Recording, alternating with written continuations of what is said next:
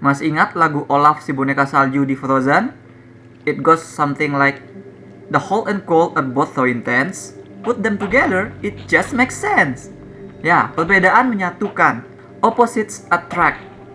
Dan hey, kita bahkan tinggal di negara yang moto hidupnya menyebut perbedaan sebagai alat persatuan. Sudah ada begitu banyak kisah tentang dua orang yang begitu berbeda akhirnya menjadi pasangan yang serasi karena mereka saling melengkapi, saling menghargai. Dan kita semua suka sama cerita-cerita seperti ini. Jadi pertanyaannya adalah, di titik mana cerita begini tuh menjadi klise jika muatan yang terus relevan tersebut memang bisa untuk terasa klise? Tadinya aku mengira titik itu ada pada animasi Pixar terbaru ini. Tapi ternyata sutradara Peterson bukan hanya sekedar membuat cerita tentang gadis api yang jadi kapal dengan cowok air, bukan hanya tentang chemistry yang terjalin dari perbedaan, melainkan menggali ke dalam. Film ini menekankan kepada pentingnya koneksi emosional sebelum bicara tentang betapa indahnya koneksi fisik yang dihasilkan dari hal tersebut.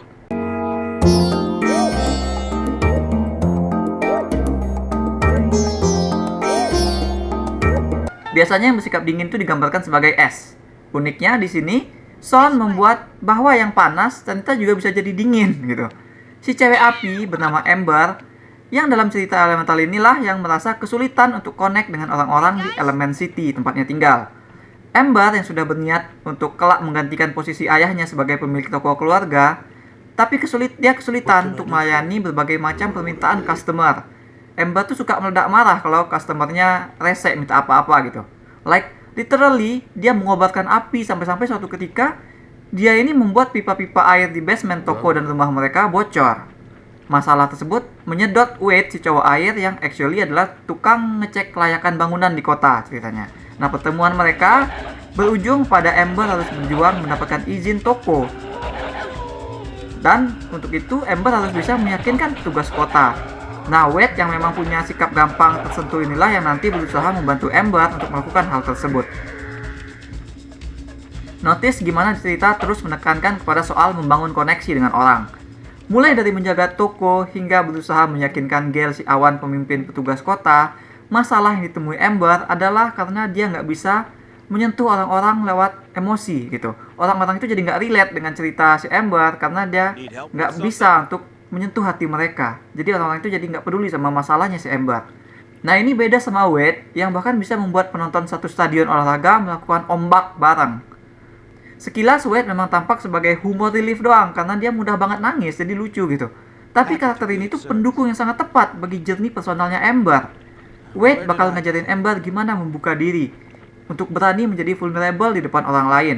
Lalu dia juga menyadarkan Ember bahwa sebenarnya kunci dari masalah emosinya itu adalah karena Ember tidak berani jujur pada dirinya sendiri. Crying Game yang jadi semacam permainan bagi keluarga Wade juga sebenarnya bukan permainan lucu-lucuan doang. Tapi secara innate, permainan tersebut jadi tes bagi Ember, bagian dari proses belajarnya membuka diri secara emosional. Itulah kenapa Ember dan Wade akhirnya jadi pasangan yang bisa kita dukung. Karena film membuat kita mengerti bahwa kedua orangnya itu sebenarnya saling butuh satu sama lain. Film nge-build up dengan manis proses mereka jadian. Yang ditunjukkan dari mereka tuh mau bersentuhan aja tuh harus saling percaya dulu gitu. Saling connect dulu secara emosional. Dan saat nanti akhirnya mereka memang bersentuhan, film nge-treat itu tuh sebagai perayaan cinta yang begitu besar lewat permainan kimia dan fisika yang indah antara air dan api. Membuka diri kepada orang memang penting, kayak di film aja. Karakter cerita harus dibikin vulnerable supaya bisa relate dengan penonton. Karena hanya jika penonton merasa relate lah, maka karakter dari film tersebut baru bisa kita pedulikan. Nah, kita tuh perlu orang lain untuk merasakan hal yang kita rasakan. Kita perlu saling mengetuk hati satu sama lain. Tapi memang nggak semua orang berani melakukan itu, karena untuk bisa vulnerable tersebut, maka kita harus membuka diri terhadap siapa kita sebenarnya. Kita harus jujur dulu pada apa yang kita rasakan sebenarnya. Nah, hal itulah yang terjadi pada Ember. Dia susah connect ke orang karena secara emosional dia belum siap membuka diri terhadap masalah personalnya sendiri. Dia belum siap mengakui bahwa dia sebenarnya nggak mau ngikutin keinginan ayah untuk ngelola toko. Hubungan Ember dengan ayahnya nanti juga jadi salah satu elemen penting di dalam cerita ini. Yang akhirnya membuat film ini jadi bertindak sebagai drama keluarga yang menghangatkan. Konflik yang perlahan dikembangkan seperti api dalam sekam akhirnya mendapatkan penyelesaian yang tak kalah manis dari elemen romansa. Kedua elemen pada cerita ini berjalan paralel sebagai inner journey yang solid. Inilah yang selalu jadi kekuatan naskah pada film-film Pixar. Berani untuk mengeksplor bahwa yang diinginkan karakter sebenarnya bukan hal yang mereka butuhkan gitu. Elemental dan film-film Pixar lain berani untuk nggak ngasih karakternya hal yang mereka inginkan di awal cerita. Beda kayak kebanyakan film Indonesia pada umumnya yang seringnya cuma ngasih lihat bahwa apa yang karakter mau di awal itu yang bakal berhasil mereka dapatkan sebagai penutup cerita. Nah kan padahal momen karakter menyadari bahwa yang mereka inginkan ternyata not really good for them, lalu lantas membuat pilihan lain menuju yang kini mereka sadari lebih mereka butuhkan. Nah ini bakal selalu jadi momen pembelajaran yang kuat. Ini yang membuat film Pixar selalu beresonansi bagi penonton dewasa dan juga bagi penonton anak-anak. Dan ngomong-ngomong soal anak-anak, well disinilah mungkin Elemental bisa jadi membagi dua penonton. Misi yang basically cuma mau dapetin izin toko memang bukan petualangan yang benar-benar diharapkan oleh penonton anak yang ya mungkin pengen petualangan yang lebih fantastis. Bentukan film yang sebenarnya lebih seperti romcom, komedi romantis ketimbang actual adventure juga bisa bikin penonton yang lebih dewasa agak canggung mengajak adik-adik atau anak mereka menonton ini. Tapi kalau nanya aku, tentu saja kita nggak bisa bilang film ini buruk karena kurang fantastis, ya kan? Atau karena filmnya ngasih lihat anak-anak build up orang pacaran. Nah menurutku, pelajaran berharga yang dipunya cerita pada akhirnya outweigh sedikit kecanggungan ataupun kenormalan yang dipunya oleh animasi fantasi ini. Anak-anak justru bisa belajar banyak dari romantic relationship yang sebenarnya juga tergolong aman ditampilkan oleh film ini karena di sini diajarkan untuk membangun rasa pengertian terlebih dahulu bahwa hubungan itu nggak bisa langsung sosial fisik, melainkan harus punya dasar emosional, harus terjalin dari dalam. Film ini sebenarnya juga menggambarkan kehidupan sosial karena Amber dan keluarga dipotret sebagai kayak orang dari desa kecil yang pindah mencari kehidupan baru di kota besar. Kota yang punya stigma negatif terhadap orang-orang dari daerah kecil tersebut. Ya kan? Karena di sini api dilambangkan susah bergaul dengan elemen lain, nggak seperti air dan tanah yang gampang mix together.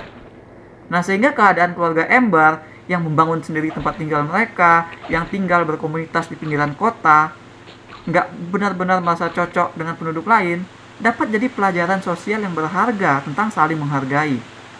Soal fantasi, memang Elemental nggak punya dunia dengan high concept kayak Soul ataupun aturan-aturan seperti Inside Out.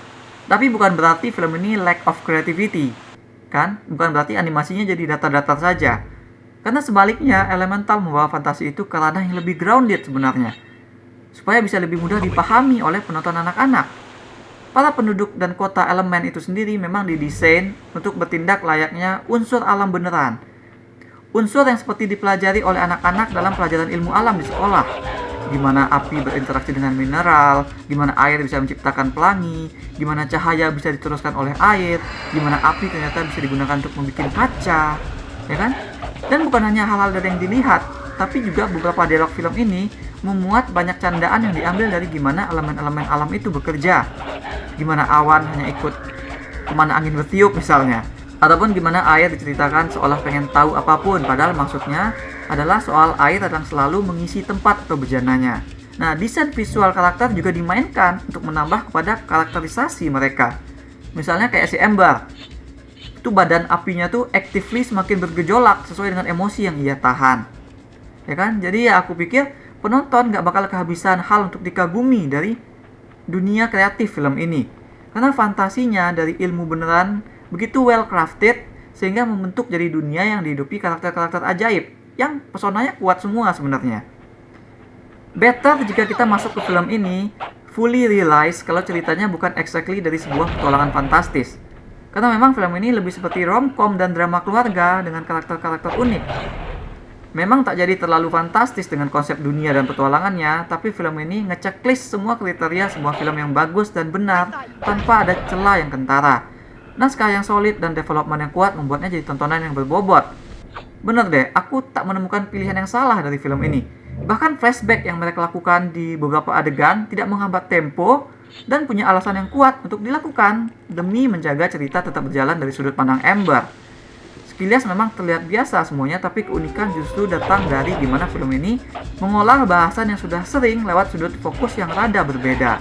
Dari gimana kreasi fantasi itu diarahkan untuk menjadi lebih grounded, supaya penonton lebih mudah mengerti dan ter-attach kepada karakter. Menurutku film ini salahnya cuma satu, yaitu hadir di waktu yang kurang tepat, hadir di saat penonton selalu mengharapkan something eksplosif sebagai hiburan di bioskop. Ini untuk alasan yang sama seperti ini juga kenapa superhero yang lebih grounded dan lebih simple kayak cerita kartun tidak benar-benar digandrungi dibandingkan superhero yang menghadirkan banyak kejutan dan semesta gitu. Tapi aku percaya film ini adalah tipe film yang seiring berjalannya waktu akan semakin diapresiasi oleh penonton yang lambat laun menyadari betapa well-roundednya penceritaan yang ia miliki. Maka aku berikan 8 gold stars pertama tahun ini untuk Elemental, atau di kita judulnya Elemental Forces of Nature. That's all we have for now. Mengapa menurut kalian film ini menganggap persoalan emotional connection perlu diajarkan kepada anak-anak? Share pendapat kalian di komen. Jangan lupa hit like dan subscribe supaya ketinggalan review-review dan playthrough lain. Kunjungi mydorsit.com untuk review yang lebih detail.